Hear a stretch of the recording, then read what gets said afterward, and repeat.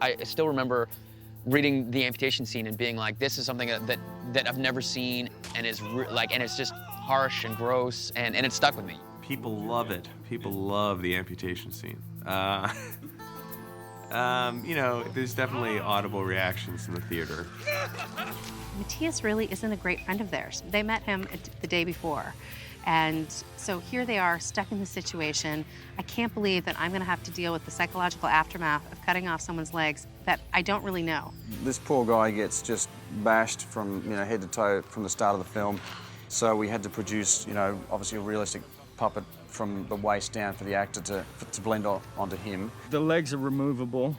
You can take them off, and the groin area and the stomach is sort of almost like a jumpsuit, so you step into it like a leotard or something. We built a platform with a hole in it and an angled ramp, and where the actor finishes, the puppet starts, and the rest of his body goes through a hole in the ground. So it's very simple gag. It's been done to death, but it really worked. Even to the stomach was a mold in my stomach, so the sight that you see every day looking down at your own stomach matched, and that was bizarre. And the hairs, the right length, the right color in your leg. I mean, it was extraordinary. But it was great. I'd get sort of phantom limb syndrome, where I'd be looking at my foot and I'd be trying to move my foot and it wouldn't move for a minute. And so if it's affecting you that way, then it's got to be good.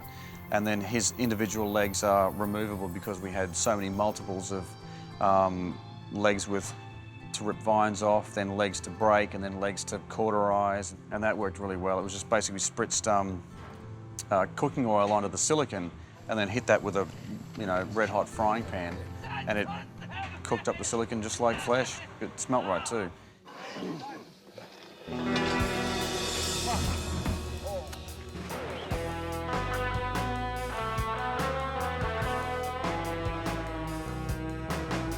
So these legs here are the cauterized stumps after Jeff comes in and burns all the flesh after he's broken his legs. This is what the actor had attached to him. These legs were the initial reveal legs. These are rigged to bleed, so they've got blood lines coming through in and around the bones.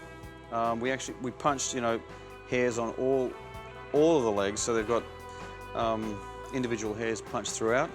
We had a team of people punching away madly for a couple of weeks, because I think we had in total about 10 sets of legs for this effect. These legs are very heavy. It's like, and the silicone's very much oiled down. It's about oiled down at 150% or 120%. So they literally weigh as much as a real leg. It actually has that real heavy feel about it when they get thrown and dropped. The meat is very, you know, very squashy. The dirtier and filthier and bloody they got, they just looked better and better. So it didn't matter how much filth we put on the legs, they just kept getting better looking. And you can watch from the beginning of the take to the end of the take, just a close-up of the legs smashing, the sawing, the cauterizing of the wound, and it all looks real. I mean, these guys did an amazing job, and it's just so, it just feels real. You don't need to hide anything, you don't need to cover anything, it just is, it's happening.